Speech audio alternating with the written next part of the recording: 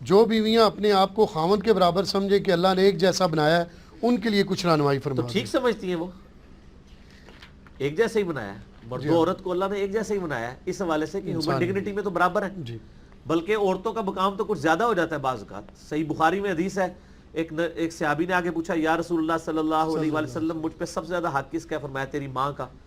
پوچھا اس کے بعد کہا تیری ماں کا، اس کے بعد کہا تیری ماں کا، چوتھی دفعہ کہا تیرے باپ کا۔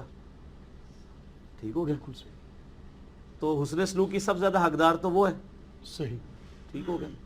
تو اس طرح کے معاملات میں دیکھیں تو عورتوں کو اللہ تعالیٰ نے پھر سنن نسائی میں حدیث ہے کہ تیری جنت تیرے ماں کے قدموں کے پاس ہے، یعنی ان کی خدمت کر کے۔ ٹھیک، اور جلاد قسم کے جو خاوند ہوتے ہیں نا، وہ شادی کے بعد نا اپنی بیویوں کہتے ہیں اون تیری جنت میرے قدمہ کول ہے، ٹھیک ہو گیا نا؟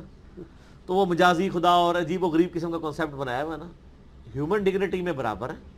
باقی قرآن یہ کہتا ہے الرجال قوامون علی النساء، مرد عورتوں پر حاکم ہے، اس حوالے سے کہ ان کے اوپر خرچہ کرتے ہیں، وہ مینیجریل پوائنٹ آف ویو سے دیکھا گیا ہے۔ صحیح، ظاہر مینجمنٹ میں تو 72 سیٹر گاڑی ہے تو ڈرائیور تو ایک ہی ہوگا نا، 72 بندے تو یہ نہیں کہہ سکتے کہ جی میں باری باری چلانا ہے، ایک نہیں چلانا ہے نا، جی جس کو چلانا آتا ہے، بالکل، باقی اس کے پیچھے رہیں گے۔ اور وہ جو ڈرائیور ہے وہ یہ نہ سمجھ لے کہ میں اب جب جہاں مرضی ٹھوک دوں جی میرے ہاتھ میں اسٹیئرنگ ہے، نہیں۔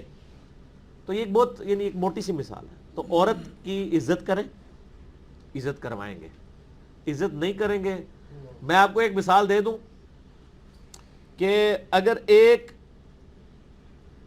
مرد خراب ہو جائے نا اس کو تو ٹھیک کیا جا سکتا ہے، صحیح، ایک عورت خراب ہو جائے اس کو سارے مرد مل کے بھی ٹھیک نہیں کر سکتے۔ بالکل صحیح، اس لیے عورتوں کے ساتھ پیار محبت کا رویہ رکھے۔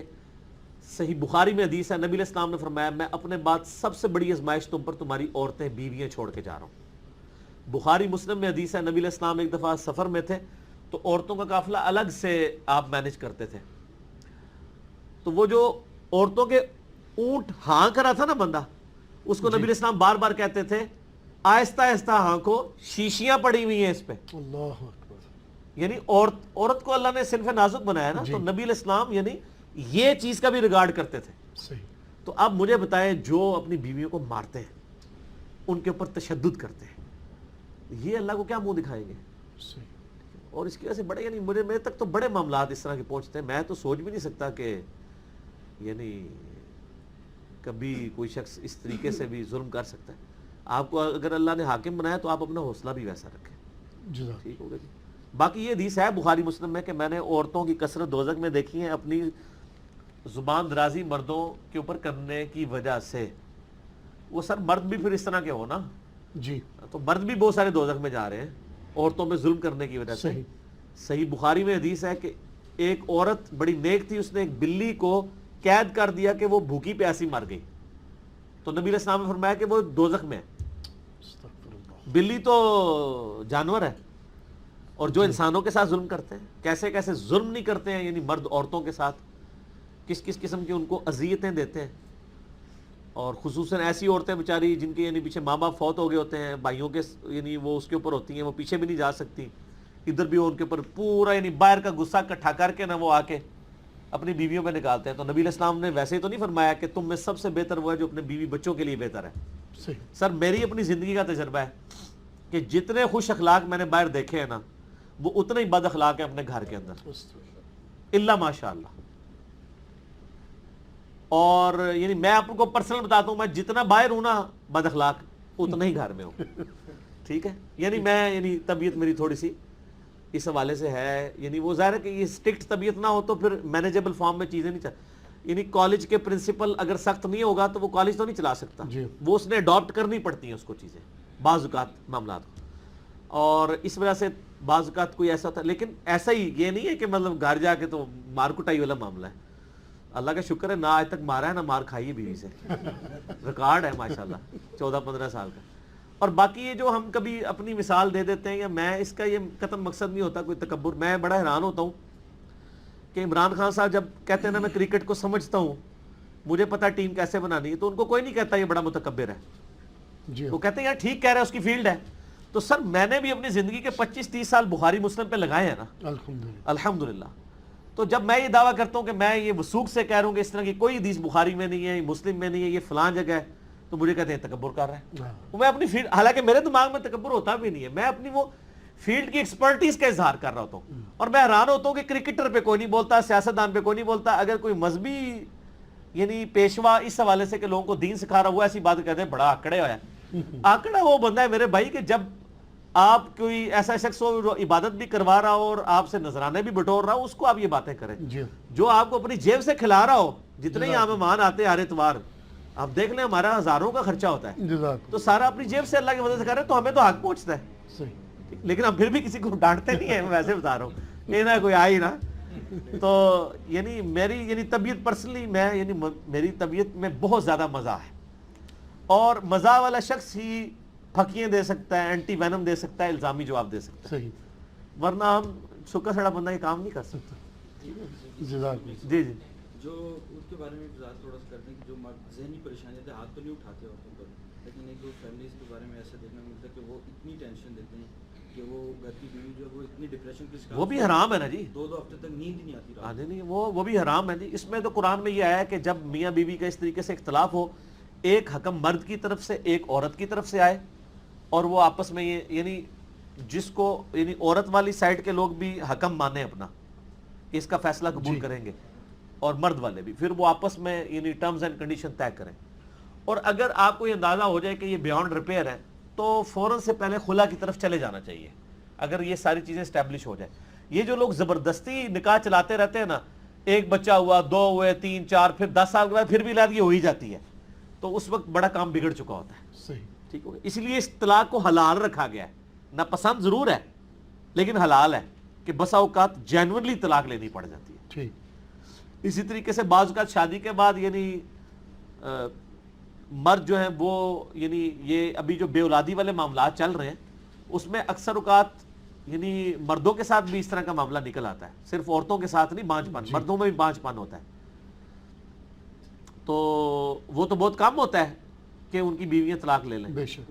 لیکن ادھر مرد جو ہے وہ دوسری تیسری کے لیے ایڑیاں اٹھا کے دیکھ رہا ہوتا ہے.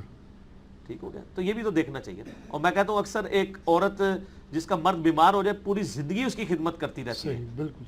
اور اس کے اگینسٹ اگر عورت بیمار ہو جائے تو مرد تو جناب دوسری تیسری شادی چھپا کے کر بیٹھتا ہے. تو پھر دیکھ لیں آپ فرق کتنا ہے. دوسری طرف یہ مجازی خدا بنے ہوئے جعلی قسم کے، اور حالت یہ ہے. تو پھر سر خدا آپ کو بڑا شوق ہے بننے کا مجازی، تو پھر خدا والا حوصلہ بھی رکھے نا. صحیح. خدا تو عطا ہی عطا ہے، لیتا کسی سے نہیں، دیتا ہی دیتا ہے. تجھے خدمت ہی کراتے رہتے ہو، چھڑے ہی خدا بنے ہوئے ہو، مجازی خدا. ٹھیک ہو گیا جی. جزاک اللہ. چونکہ حقوق العباد میں انسانوں کے حقوق آتے ہیں، اگر انسان کو تکلیف پہنچائیں تو اس وقت تک اللہ تعالیٰ معاف نہیں کرے گا جب تک انسان معاف نہیں کریں گے. روز قیامت اگر سینگ والی بکری نے بغیر سینگ والی بکری کو مارا ہوگا تو اسے بھی بدلہ لیا جائے گا. اگر کسی انسان نے جانور کو تکلیف پہنچائی ہوگی تو اسے کیا کرنا چاہیے؟ چونکہ معافی مانگ نہیں سکتے، اس حال میں انسان کیا کرے؟ نہیں معافی مانگے انشاءاللہ قبول ہو جائے گی.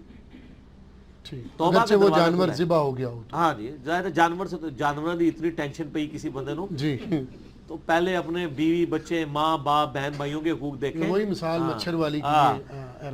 مچھر جو ہے وہ چھانتے رہتے ہیں اور سبوچے اونٹ نکل جاتے ہیں. تو جانور والے آپ اللہ سے بہت پرہیزگار ہیں، یعنی وہ غیبت کے خلاف جنگ جاری رہے گی. یہ وہی ہے. صحیح بات. ٹھیک ہے نا جی. وہ بتا رہے تھے جی وہ باپا جانی جو ہے ان کے پاس کوئی کیلے لے آیا. ٹھیک ہے جی. ان کیلوں میں کچھ کیڑیاں تھیں، انہوں نے کہا یہ آپ نے کیڑیوں کو ان کے مسکن سے دور کر دیا ہے، کیلے جہاں سے اٹھائے تھے وہاں جا کے رکھے. تو لیکن یہ وہ مچھر چھان رہے ہیں اور باقی طرف سارے معاملات اسی طریقے سے چل رہے ہوتے ہیں. تو یہ شیطان کے یعنی وار ہوتے ہیں کہ وہ نا بعض کا یعنی جو بہت بڑی بڑی چیزیں اس پہ کمپرومائز کروا لیتا ہے جی، اور چھوٹی چیزوں کے اوپر وہ یعنی نا اس کو چھانتے رہتے ہیں. جی. ٹخنے میں پورا اسلام گھس گیا ہوگا، ٹھیک ہے نا، لیکن جھوٹ اور حرام خوری باقی سارے معاملات اس نہیں چل رہے ہوں گے، لیکن ٹخنے ننگے ہوں گے. جی کیونکہ سرٹیفکیٹ ہے نا. میرا ایک یوٹیوب پہ کلپ ہے نا، انڈیا پاکستان بنگلہ دیش کے 2 فتنے، ایک جذباتی فتنہ اور دوسرا گیٹ اپ کا. جی. اگر آپ کے پاس داڑھی ہے، ٹھیک ہے، چاہے اگی ہوئی ہے یا آپ نے لگائی ہوئی ہے، اور آپ پاس پگڑی ہے، خوبصورت سے صاف ستھرے کپڑے ہیں آپ کے، تو سر آپ پرہیزگار ہیں، جو مرضی کرتے رہو. دنیا میں تو آپ کو، اور یہی حدیث ہے صحیح مسلم میں، اللہ تعالیٰ تمہاری شکلوں اور مال کو نہیں دیکھتا، دلوں اور اعمال کو دیکھتا ہے. بے شک. کہ وہ ڈاکٹر سرار صاحب میرے استاد، مجھے ان کی بات یاد آ گئی، تو وہ اکثر ان طرح کے جملوں میں بولتے تھے کہ تم اپنی داڑھیوں اور پگڑیوں سے پبلک کو دھوکہ دے سکتے ہو، خدا کو نہیں دے سکتے. اور واقعی پبلک کی انہوں نے مت مار دی ہوئی ہے. آپ دیکھیں نا انہوں نے کس طرح کے گیٹ اپس بنا کے آئے ہوتے ہیں پبلک میں، ان کے کپڑے دیکھیں اینج لگتا ہے کہ اینج اونٹ نکلے رہے، جی ہاں. چٹی چمڑیاں، بوڑھے ہو کے بھی. اس لیے کہ سر جب آپ ایئر کنڈیشن مسجد سے ایئر کنڈیشن حجرے میں اور ایئر کنڈیشن حجرے سے ایئر کنڈیشن گاڑی میں جائیں گے اور آپ رزق لال عین عبادت ہے وہ نہیں کریں گے تو آپ کو نور تو خود چڑھے گا. یہ جتنے نورانی لوگ ہیں نا، ان کو ذرا ایک ہفتے کے لیے جون جولائی کی گرمی میں آپ ذرا سڑک کے کنارے مزدوری کرائیں، سارا نور ان کا آ جائے گا ٹھکانے پہ. آپ دیکھ لینا یہ ہمارے کرکٹر جب گرمیوں میں کرکٹ کھیل کے آتے ہیں تو ان کے رنگ کس طرح ہو جاتے ہیں. جی ٹھیک ہے نا. تو یہ سارا نور جو ہے نا یہ مریدوں کی برکت ہے. وہ مجھے اگلے دن ایک بندہ کہہ رہا تھا ویسے آج کل وہ یہ بھی ٹرینڈ آنا چاہیے، لوگوں نے گاڑی کے پیچھے لکھا ہوتا ہے نا مرشد کی نگاہ، تو مرشد نو بھی چاہیے کہ مریدہ دے نظرانے دی برکت نال وہ بھی لکھا ہے کرن پیچھے. اور یہ بھی ریالٹی ہے نا، یعنی اپنی گاڑی کے پیچھے لگوائیں کہ مریدین کے خزانے کی برکت سے، اعلیٰ من فضل ربی تے نہ انہیں رکھوانا ہے نہ اس نے لکھوانا ہے. تو اگر مرید اتنی قربانی کر رہے ہیں، وہ کہہ رہے ہیں نگاہ مرشد، تو مرشد بھی مہربانی کر کے لکھ دے نذرانہ مرید. وہ ریالٹی بھی ہے، نگاہ مرشد تو ہے ہی کوئی نہیں ہے، لیکن وہ والی تو ریالٹی ہے. بالکل صحیح. ٹھیک ہے. میں نے خود یعنی ایسے پیروں کو دیکھا ہے کہ یعنی گاؤں کی عورتیں بیچاری اپنے دوپٹوں سے یعنی نکال کے نا 5-5 روپے، ان کے لیے وہ 5 روپے بھی بڑی چیز ہے. صحیح بات. اور وہ ظالم آدمی اس نے گاڑی ایسی رکھی ہوئی تھی جو 1 منٹ میں میرے خیال 1000 روپے کا یعنی وہ پیٹرول پھونک دے، اور وہ 5 روپے بھی نہیں چھوڑتے. ان سے پوچھیں 5 روپے سے کیا بننا ہے آپ کا، آپ کو چاہیے اس کو کچھ دے کے بھیجو. مت ماری ہوئی ہے. دیکھیں آپ کب تک یہ معاملہ چلتا ہے. انشاءاللہ سوشل میڈیا کی برکت سے تبدیلی آ رہی ہے، جی بلکہ تبدیلی آ گئی ہے. ٹھیک ہو گیا. کیا 1 سال پہلے میرے دوست کا نکاح ہوا لیکن رخصتی نہیں اور پھر طلاق ہو گئی، کسی کاغذ پر طلاق لکھ کر بھیج دی، کیا دوبارہ صلح کی قرآن و حدیث میں گنجائش ہے؟ 3 طلاقیں ہو گئی ہیں، کوئی گنجائش نہیں ہے. طلاق کے لیے ضروری نہیں ہے کہ آپ نے بیوی کے سامنے بیٹھ کے کہنا ہے، آپ علیحدہ بیٹھ کے بھی کہیں، SMS کر دیں، لکھ کے بھیج دیں. وہ بعض لوگ طلاق لکھ کے بھیجتے ہیں، وہ کہتے ہیں چٹھی پہنچن نہیں دیتی جی، اسی رستے جی پکڑ لی سی. اور چٹھی سے نہیں، جس وقت اس نے چٹھی لکھی تھی نا اسی وقت طلاق ہو گئی تھی. اگر اس پہ یہ لکھا تھا کہ میں طلاق دیتا ہوں، اگر وہ یہ جملہ لکھے نا، فقہ حنفی نے اصل میں فرضی مسئلے بنا کے لوگوں کو کنفیوز کیا. فقہ حنفی میں اگر وہ یہ لکھے نا کہ جیسے ہی یہ تمہیں میری چٹھی ملے تو تم اپنے آپ کو متعلقہ تصور کرو. واقعی ایسی صورت میں اگر چٹھی نہ ملے اس کو، پھر طلاق نہیں ہوگی. اس مسئلے سے لوگ ڈسیو ہو گئے جی، وہ چٹھی جان نہیں دیتی جی، رستے جی پھاڑ لی. دیکھو نا پنگا لیا نا، انہوں نے فرضی مسئلہ بنایا، وہ گاٹے فیٹ ہو گیا. اب وہ لا کہتے ہیں کہ جناب ہم نے تو یہ کہا تھا کہ جیسے ہی چٹھی ملے تو طلاق تصور کرنا. اگر کوئی لکھے کہ میں طلاق دیتا ہوں تو چٹھی تو ملنا ضروری نہیں، وہ ادھر ہی طلاق ہوگی، یا ٹیکسٹ کر دے یا واٹس ایپ کر دے، ہر لحاظ سے طلاق ہو جائے گی. اور اس کے لیے بیوی کا سامنے ہونا ضروری نہیں ہے.